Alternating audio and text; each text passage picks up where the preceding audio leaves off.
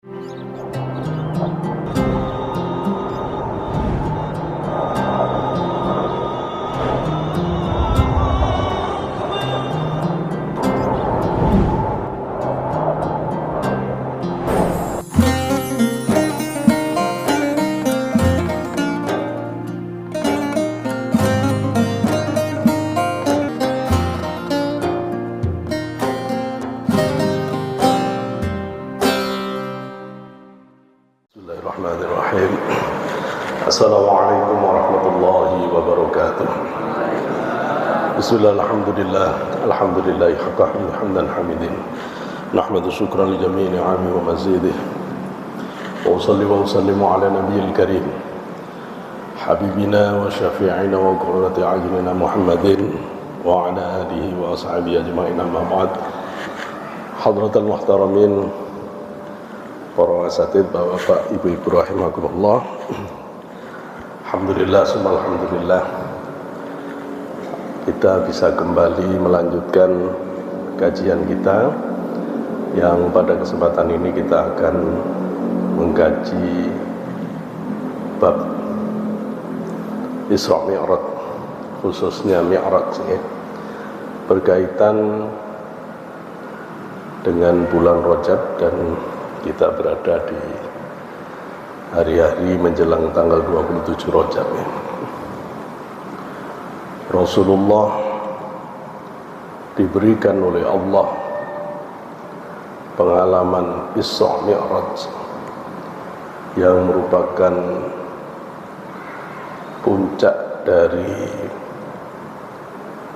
pengalaman ruhaniyah yang diberikan Allah kepada para nabinya, para rasulnya, berupa pertemuan dengan Allah.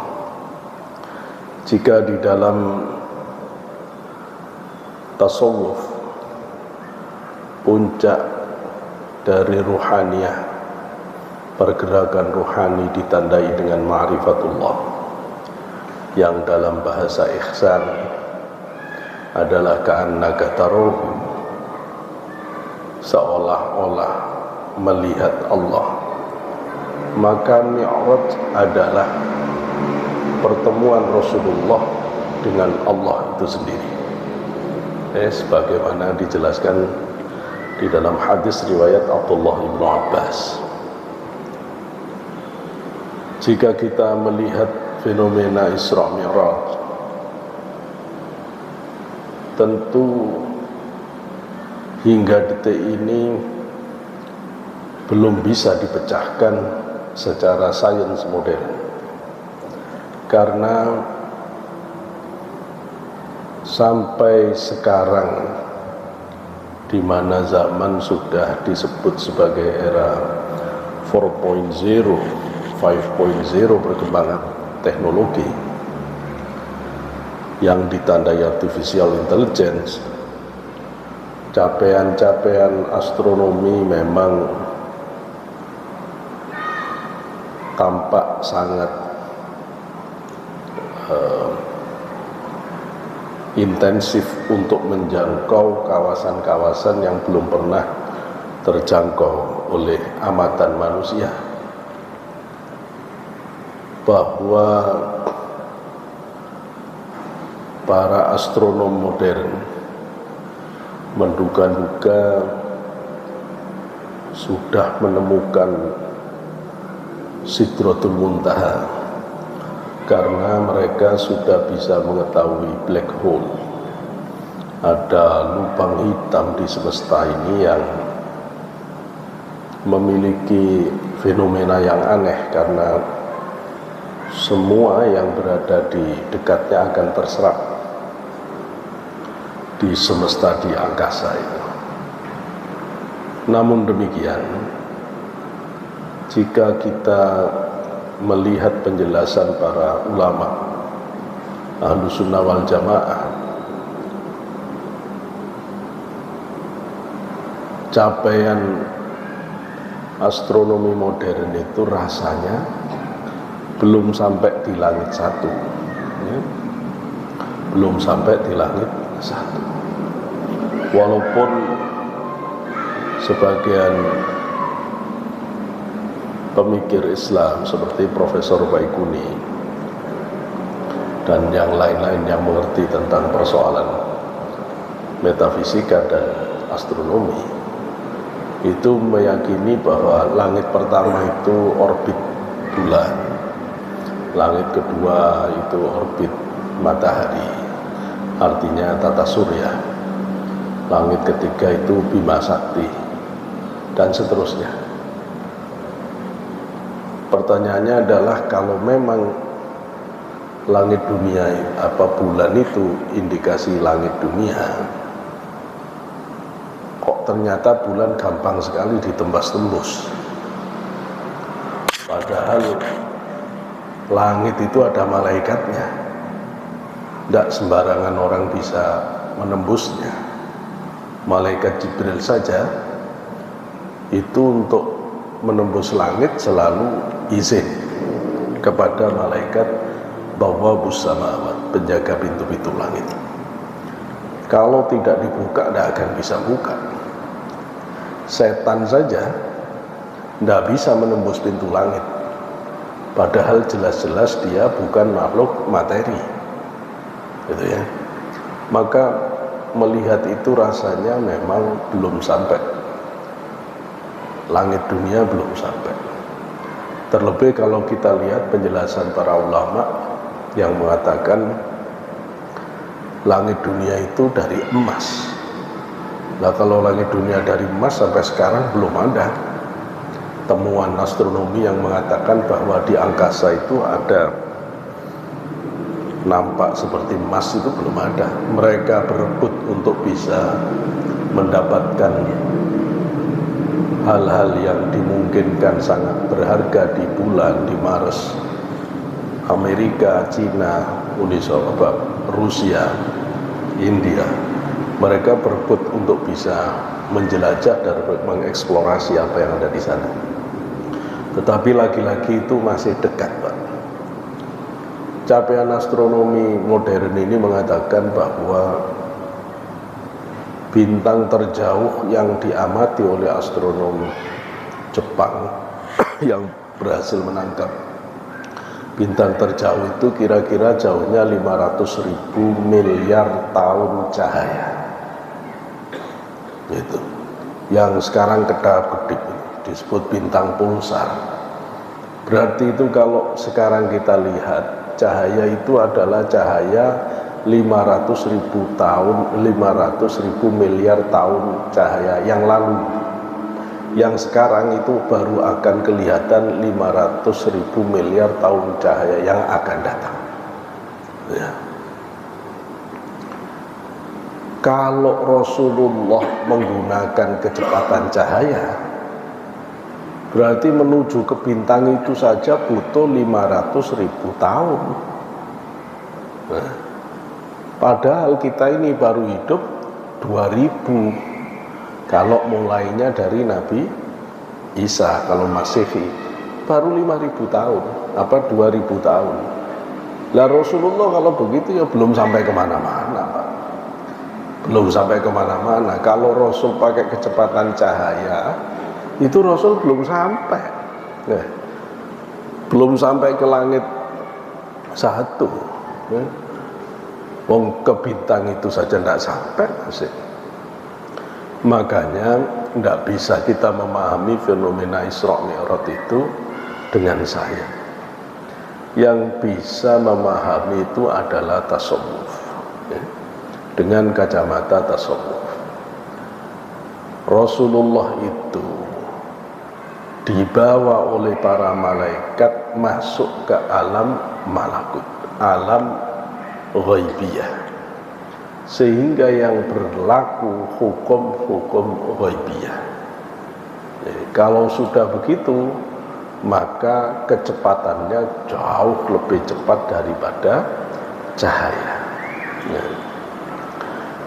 Satu hari kita akan bahas tentang bagaimana Imam Ghazali, Imam Qurtubi menjelaskan tentang ruh orang yang meninggal husnul khotimah itu dibawa oleh malaikat dihaturkan ke hadirat Allah nembus 20 alam setelah langit 7 sampai 20 alam, dan itu kejadiannya cepat sekali, singkat, dan kemudian roh itu berada di mana badannya sedang diurus. Maka kalau kita ngerti itu, maka sangat mungkin Rasulullah melakukan Isra Mi'raj dengan model ini, ya. Kemudian yang mengganjal dalam pandangan orang-orang awam, sebentar nanti saya masuk ke situ. Di dalam dunia tasawuf, orang yang mampu menggunakan kekuatan rohani di dalam kehidupan biasa itu namanya karomah. Di antara orang yang diberi karomah itu adalah para wali abdal. Imam Ghazali dalam kitab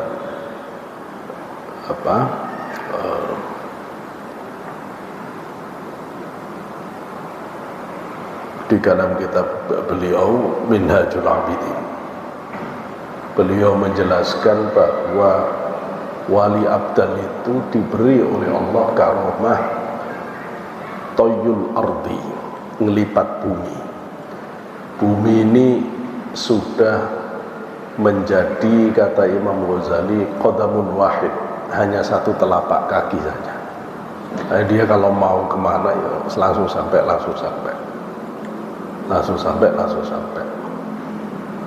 Begitu wali abdal, begitu wali autad, begitu wali nujaba, begitu wali imaman, apalagi pimpinan para wali, kutubnya, itu semua bisa begitu. Kenapa bisa? Karena mereka menggunakan kekuatan rohaninya. Jadi kita ini sebenarnya punya rohani yang, kalau rohani itu yang mendominasi fisik, maka orang itu akan berhukum dengan hukum rohani. Tapi kita ini fisik kita yang menguasai rohani, sehingga hukum kita hukum fisik, nggak makan lapar, gitu kan, capat bayar, ya, dan seterusnya, karena hukum fisik. Tapi para wali itu adalah orang yang sudah mampu mengeluarkan kekuatan rohaninya biidznillah, sehingga kemudian dia memiliki karomah-karomah yang seperti toyul ard. Apalagi Rasulullah di dalam Isra Mi'rajnya tentu jauh lebih hebat lagi. Isra Mi'raj itu menarik karena ternyata urusan Mi'raj itu tidak cuma terjadi di Rasulullah, ya. Nabi Isa sekarang berada di langit kedua. Ya, kalau urutan Isra Mi'raj berdasarkan hadis riwayat Imam Muslim, kan Rasul di langit 1 ketemu Nabi Adam, ya. Langit kedua ketemu Nabi Isa sama Nabi Yahya. Nabi Isa, Nabi Yahya itu mulai dari kandungan udah temenan, ya. Temenan sampai sekarang sama-sama berada di langit kedua. Di langit ketiga ada Nabi Yusuf, ya. Di langit keempat ada Nabi Idris, di langit kelima ada Nabi Harun, langit keenam ada Nabi Musa, langit ketujuh ada Nabi Ibrahim. Jenengan perhatikan, ternyata roh itu setelah pulang di alam barzah beda-beda tempatnya, ya. Nabi Musa di langit Nabi Isa sekarang di langit kedua. Nanti turun kalau ada Dajjal, ya. Turunnya di Damaskus Timur, tepatnya di daerah yang ada menara putih. Nabi Isa akan menggunakan jubah dari surga berlapis 2 apa 3 ini. Yang bau wanginya itu orang kafir kalau bau langsung mati, Pak. Nanti Nabi Isa itu ketemu Dajjal itu tidak usah dipukul, tidak usah ditempeleng. Ketemu Nabi Isa saja dia akan hancur, meleleh. Ya. Nabi Idris juga diangkat ke langit oleh Allah. Nabi Idris diangkat ke langit, sekarang berada di langit ke-4, ya, berada di langit ke-4 Nabi Idris. Maka Mi'raj itu bukan spesial Rasulullah saja, tapi semua dapat, ya. Semua dapat. Terus bertemu Allah. Dari para nabi itu ada yang dapat, ya, tetapi tidak sampai seperti Rasulullah bertemu Allah, yaitu Nabi Allah Musa, ya. Di dalam surat Al-A'raf ayat 134, 135, ya. Kita bisa melihat bagaimana Nabi Musa minta ketemu Allah, ya. Nabi Musa minta ketemu Allah, tapi Nabi Musa diberitahu oleh Allah, lantaroni, tidak bisa Musa, kamu melihat aku tidak bisa. Tapi Nabi Musa tetap ingin lihat Allah, ya. Kemudian akhirnya Nabi Musa disuruh puasa 30 malam, 30 hari 30 malam. Nabi Musa puasa. Nah, kemudian disuruh nambah 10 hari jadi 40 hari. Ini banyak mufassir, kalau kita baca di banyak tafsiran, maksud saya, kalau kita baca di kitab tafsir Imam Fakhrur Razi, Nabi Musa itu kenapa kok disuruh nambah 10 hari? Ada pendapat yang mengatakan 30 hari itu mujahadahnya, tambahan 10 hari itu syarat untuk pertemuan dengan nur Allah. Ada juga penjelasan di kitab tafsir tersebut, Nabi Musa setelah 30 hari puasa mulutnya bau.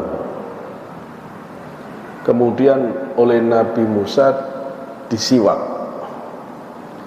Malaikat Jibril kemudian mengatakan, Musa kenapa disiwak? Bukankah bau mulut orang yang puasa itu lebih harum di sisi Allah dibandingkan kasturi?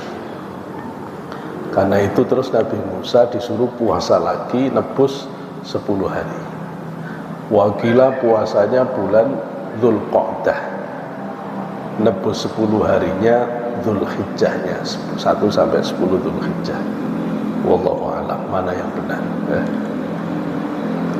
Tapi ada hal menarik di sini kalau kita kepingin tahu betapa hebatnya Nabi kita ini.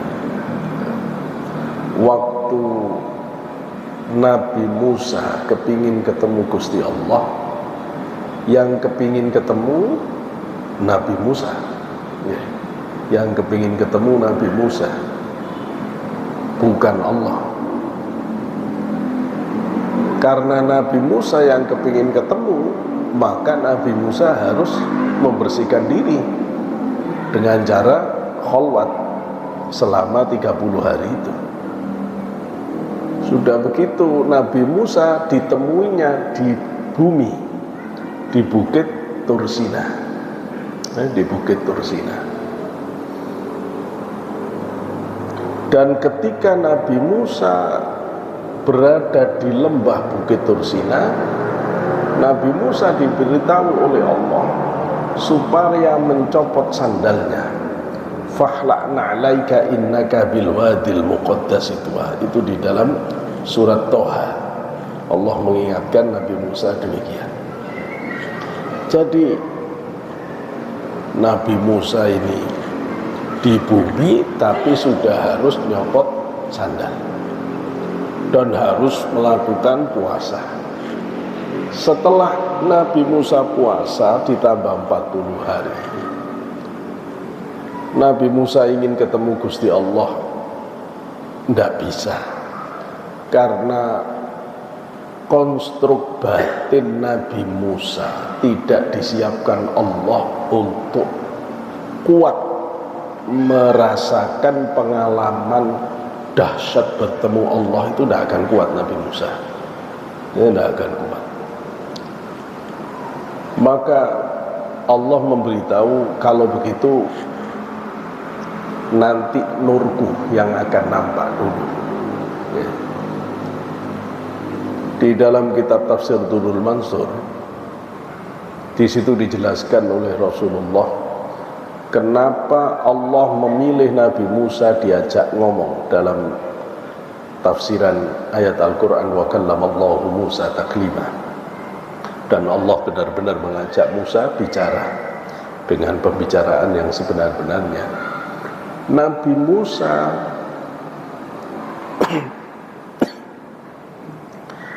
ketika diajak bicara oleh Allah itu, sebelum, kenapa Allah ngajak ngomong Nabi Musa, kata Rasulullah, karena ketika Allah mengajak bicara pertama kali kepada semua ruh, termasuk ruh kita di alam arwah, yang paling tawadhu itu adalah ruhnya Nabi Musa. Sehingga Nabi Musa dimuliakan oleh Allah dengan diajak bicara oleh Allah. Sementara bukit di muka bumi ini yang paling tawadhu adalah Bukit Tursina. Dan karena itu Bukit Tursina dimuliakan, mendapatkan nur Allah pada saat ditampakkan. Sebelum ditampakkan, di dalam kitab tafsir itu dijelaskan, nur ini apa? Bukit Tursina itu diliputi cahaya dulu, Pak. Setelah itu dikelilingi malaikat, terus ditutup lagi dengan cahaya lagi, terus ditutup lagi dengan para malaikat. Baru kemudian Allah bertajalli, nur Allah nampak. Kemudian Bukit Tursina hancur, fa kharra Musa sa'iqa. Nabi Musa pingsan. Nabi Musa pingsan. Begitu Nabi Musa sadar, Nabi Musa langsung tobat. Sekarang kita bandingkan dengan Nabi kita Rasulullah. Siapa yang kepingin ketemu, Allah atau Nabi Musa? Allah. Rasulullah itu ya bukan tidak kepingin ketemu Allah, tapi Rasulullah itu sudah ngerti dan tahu diri. Buktinya Rasulullah itu pas mau diperjalankan Isra Mi'raj itu tiduran, Pak. Tiduran. Rasul tidur diapit oleh Sayyidina Hamzah dan Sayyidina Ja'far, diapit oleh kedua pamannya. Sehingga di dalam kitab Dalailun Nubuwah, ketika malaikat Jibril, Mikail, Israfil itu datang, mereka berdebat, yang mana ini yang Muhammad? Malaikat Jibril memberitahu itu yang tengah, yang akan dibawa ini yang tengah. Rasul tahu, ya, karena Rasul itu kalau tidur cuma matanya tok yang tertutup, batinnya tetap bisa mirsani, bisa ngelihat. Maka dada Rasulullah dibelah. Rasulullah dibelah itu bukan karena ada sifat buruknya, bukan. Rasulullah dibelah dadanya untuk dipenuhi ilmunya, imannya, hikmahnya. Sayyid Muhammad bin Alawi Al-Maliki menjelaskan dalam kitabnya tentang Mi'raj, Isra Mi'raj, bahwa Rasulullah mengalami 3 kali pembedahan. Waktu Rasulullah dalam usia 45 tahun, Rasulullah pernah dibedah. Ya, kemudian usia belasan tahun Rasulullah dibedah lagi. Pada saat Rasulullah mau Isra Mi'raj dibedah lagi. Dan itu ada bekas di dada Rasulullah, ini ada bekas bedah ya, yang dibedah oleh malaikat dalam rangka menyempurnakan batin Rasulullah. Ya. Kenapa kok disempurnakan? Pengantin saja, Bu, kalau mau dipertemukan itu ya diindah-indahkan, disempurnakan. Rasulullah mau dipertemukan dengan kekasihnya Allah, maka Rasulullah disempurnakan ya. Begitu Rasulullah dijemput, Rasulullah nggak disuruh puasa oleh Allah ya, nggak disuruh kholwat, nggak disuruh ndak ya, tapi difasilitasi, dijemput dengan menggunakan buraq. Kenapa buraq? Di dalam kitab Dalailun Nubuwah diceritakan bahwa di surga itu ada satu makhluk yang menahan tangisannya terus, tangis kerinduan, drenginging kata orang Jawa. Ini bahasa Indonesia saya nggak tahu ya. Kemudian ditanya oleh Allah, makhluk ini buraq ini, kenapa kamu kok nangis kecil terus ya? Kata buraq, aku kangen dengan seseorang yang namanya kamu tulis di setiap pintu-pintu surga, tertulis di arsy, yakni Rasulullah Muhammad. Maka pada saat itu Allah memberi izin buraq untuk ketemu orang yang dikangeni, yakni Rasulullah Muhammad. Kata para ulama ahli tasawuf, ini buktinya Pak, orang kangen Rasul itu pasti ketemu Rasulullah, pasti dipertemukan oleh Allah. Buraq saja binatang surga kangen Rasulullah ketemu, maka kita pun bisa ketemu Rasulullah asal panjenengan punya rasa cinta yang sangat ke Rasulullah. Dan itu alasannya Allah menunjuk buraq untuk membawa Rasulullah. Ketika Rasulullah berada di Masjidil Aqsa, 124.000 Nabi Rasul hadir, dan Rasulullah menjadi imamnya. Ini nanti kalau Mbak Yai saya, Mbak Siddiq dalam kitab Nailul Amani menjelaskan, para nabi itu ditajassumkan oleh Allah dan Rasulullah mengimami mereka. Ini dalil bahwa ruh itu bisa menampak ya, ruh itu bisa menampak jika Allah menghendaki. Dan nanti kalau di dalam dunia tasawuf itu biasa ya, orang datang ke makamnya, salah satu murid kesayangan Imam Ahmad bin Hanbal datang ke makamnya Imam Ahmad bin Hanbal. Imam Ahmad bin Hanbal keluar memberikan jubah, kemudian masuk lagi dan jubahnya masih ada ya. Itu berarti ya tajassum. Di dalam tradisi orang ahlu sunnah wal jamaah, kalau kita marhabanan itu kenapa berdiri? Karena biasanya kalau kita yang baca orangnya bersih-bersih hatinya, itu bisa ruhani Rasulullah benar-benar hadir ya tajassum, sehingga kemudian kita hormat dengan berdiri. Tentu saja yang bisa mengamati melihat orang yang mata hatinya bersih. Kalau mata hatinya belum bersih ya nggak bisa ya, nggak bisa. Jadi Rasul ngimami para nabi, para rasul di Masjidil Aqsa adalah bentuk dari argumen tajassum secara ruhaniyah dalam penjelasan para ulama ahli tasawuf. Nanti kita lanjutkan setelah adzan dulu ya.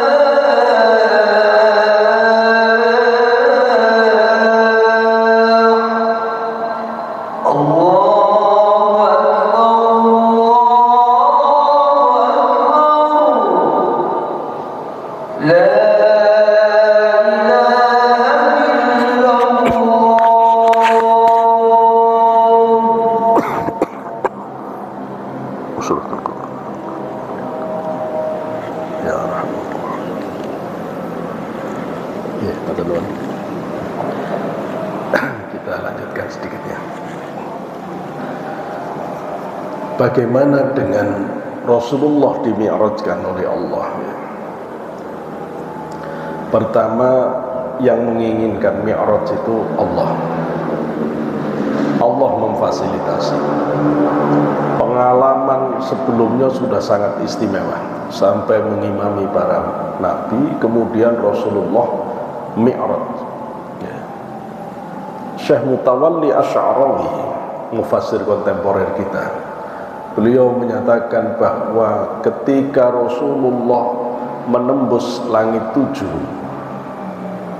dan Rasulullah sampai ke Sidratul Muntaha, itu bisa kita baca di dalam surat An-Najm, a'udzubillahi minasyaitonirrajim. 'Allamahu syadidul quwa dzu mirrah fastawa wa huwa bil ufuqil a'la thumma dana fatadalla fakana qaba qausaini aw adna fa auha ila ma'abdihi ma auha ma kadzaba al fuadu ma ra'a afatumarunahu ala ma yara wa laqad ra'ahu nazlatan ukhra inda sidratil muntaha indaha jannatul ma'wa idh yaghsha sidrat ma yaghsha ma zaghal basar wa ma tagha ma zaghal basar wa ma tagha wa laqad ra'ahu min ayati rabbihil kubra afa ra'aytumul lata wal uzza. Di dalam surat An-Najm ini menggambarkan tentang mi'rajnya. Kalau subhanalladzi asra bi'abdihi lailan minal masjidil haram ilal masjidil aqsa, itu Isra-nya. Mi'rajnya ada di surat An-Najm. Bahwa ketika Rasulullah menembus langit 7, kata Syekh Mutawalli Asy'arawi, itu membuktikan bahwa Rasulullah itu sama dengan malaikat Jibril, Mikail, Israfil, Israil. Karena tidak ada malaikat yang mampu nembus sampai langit 7 begitu tuh, ya. Kecuali 4 jenderal malaikat ini yang diizinkan Allah untuk bisa turun naik sampai nembus langit 7, sampai Arsy, sampai Sidratul Muntaha. Tapi ketika sampai di Sidratul Muntaha, malaikat Jibril menyampaikan ke Rasulullah bahwa ini batas akhir dari seluruh makhluk Allah. Bahkan para malaikat sekalipun tidak diizinkan oleh Allah melangkah lebih jauh lagi kecuali Rasulullah. Hanya Rasulullah yang diizinkan Allah untuk bisa melangkah lagi, ya. Maka ketika Rasulullah melangkah sendiri setelah Sidratul Muntaha, ya, kalau ada malaikat yang coba-coba melangkah, kata Jibril, pasti sayap-sayapnya akan terbakar dan tidak akan sanggup, ya. Rasulullah dari Sidratul Muntaha terus ke Mustawa, dan disitulah kemudian Rasulullah bertemu dengan Allah. Ada hadis yang diriwayatkan dari Abu Dzar Al-Ghifari. Ketika Abu Dzar Al-Ghifari bertemu sahabat yang lain, mereka bertanya ke Abu Dzar, seandainya saja aku bisa ketemu Rasulullah, maka aku bisa bertanya. Kata Abu Dzar, kamu mau tanya apa? Aku kepingin nanya, dulu waktu Mi'raj itu Rasulullah benar-benar ngelihat Gusti Allah atau enggak, ketemu Gusti Allah atau enggak. Kata Abu Dzar Al-Ghifari, kalau itu sudah ditanyakan oleh sahabat yang lain. Terus Rasulullah jawab bagaimana? Rasulullah menjawab, ra'aitu nuran, aku melihat nur. Aku melihat nur. Bagaimana ini? Di dalam hadis riwayat Abdullah bin Abbas, Rasulullah mengatakan bertemu Allah. Di dalam hadis riwayat Sayyidah Aisyah, siapa yang mengatakan Rasulullah bertemu Allah saat Mi'raj, berarti dia telah kafir. Sementara dari hadis riwayat Abu Dzar Al-Ghifari, Rasulullah melihat nur. Terus ini bagaimana?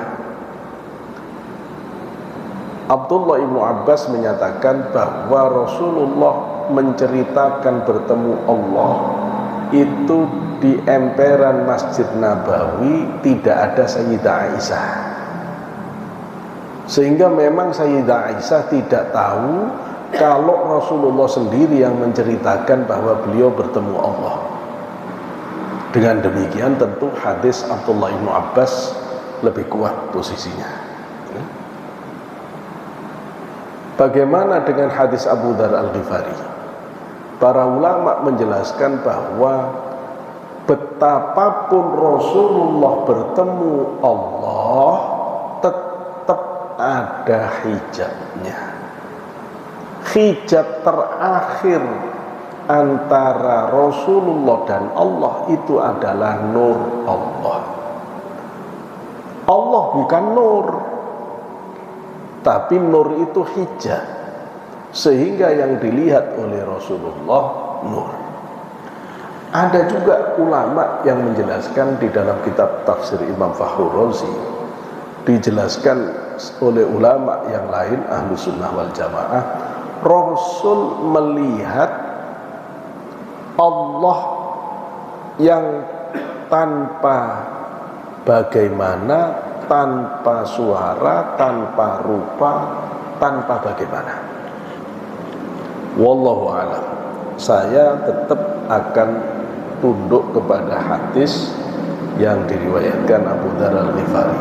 Dia lebih selamat kita mengatakan Rasul bertemu Allah, tetapi yang dilihat nur. Nur itu hijab terakhir antara Rasulullah dan Allah. Di dalam Al-Quran Allah sudah menyebut ini, tsumma dana fatadalla fakana qaba qausaini au adna. Pertemuannya itu sudah begitu dekat, qaba qausaini au adna, ya, jaraknya itu hanya 2 gendewo. Gendewo itu apa? Busur. 2 busur panah.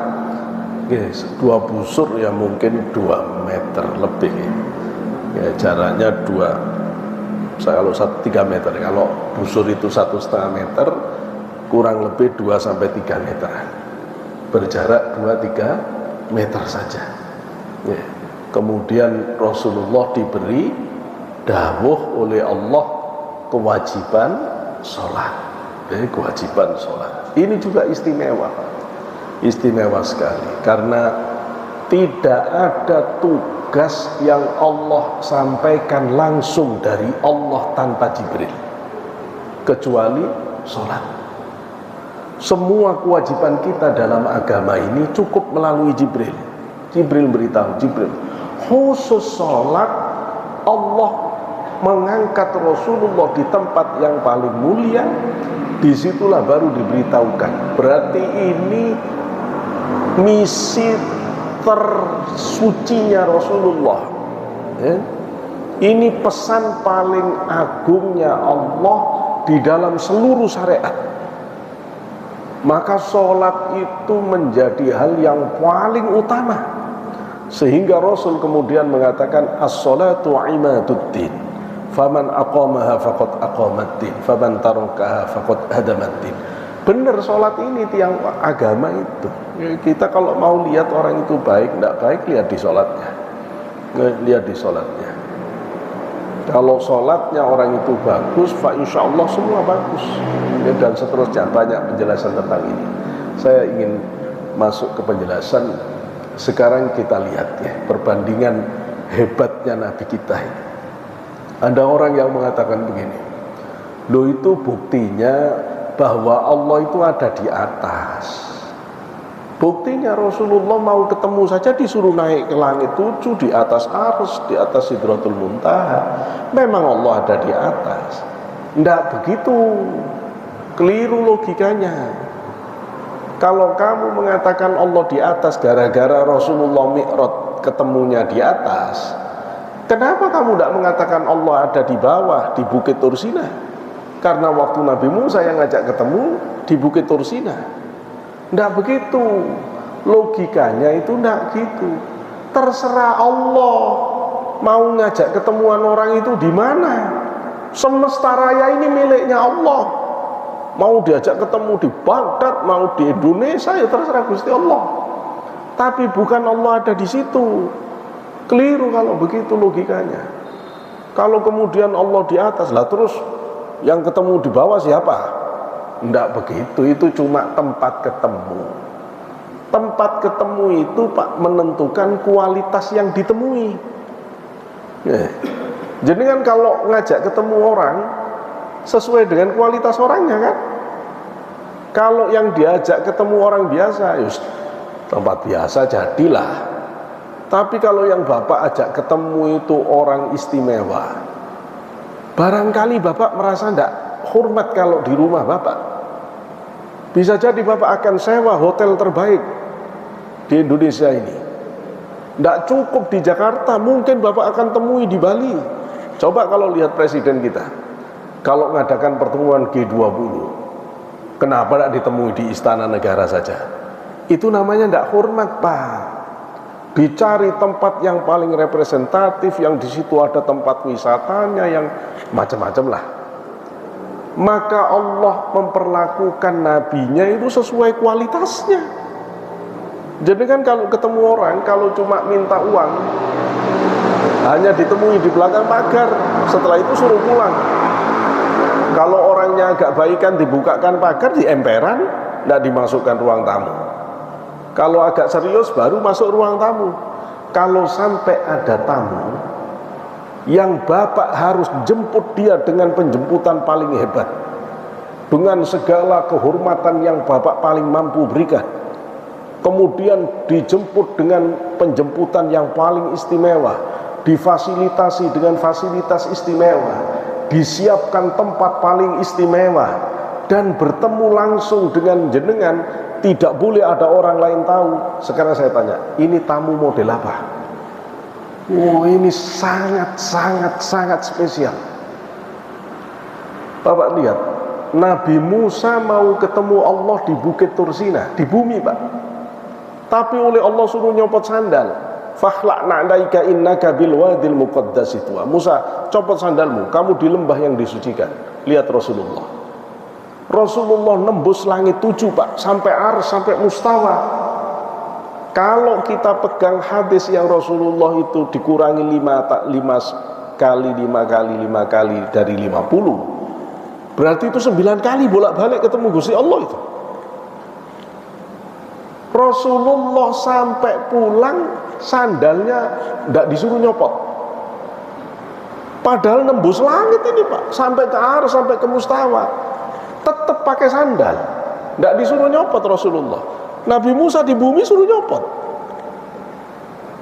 Kalau ada tamu di rumah Bapak, semua harus lepas sepatu, lepas sandal. Ada orang berani naik tidak dilepas. Itu kalau tidak orang kurang ajar, orang nggak sopan, kan begitu. Tapi kalau sampai ada tamu yang kalau dia lepas sepatunya atau sandalnya, ibu merasa tidak bisa menghormati dia. Kalau sampai dilepas sandalnya, itu merasa tidak bisa menghormatin dia.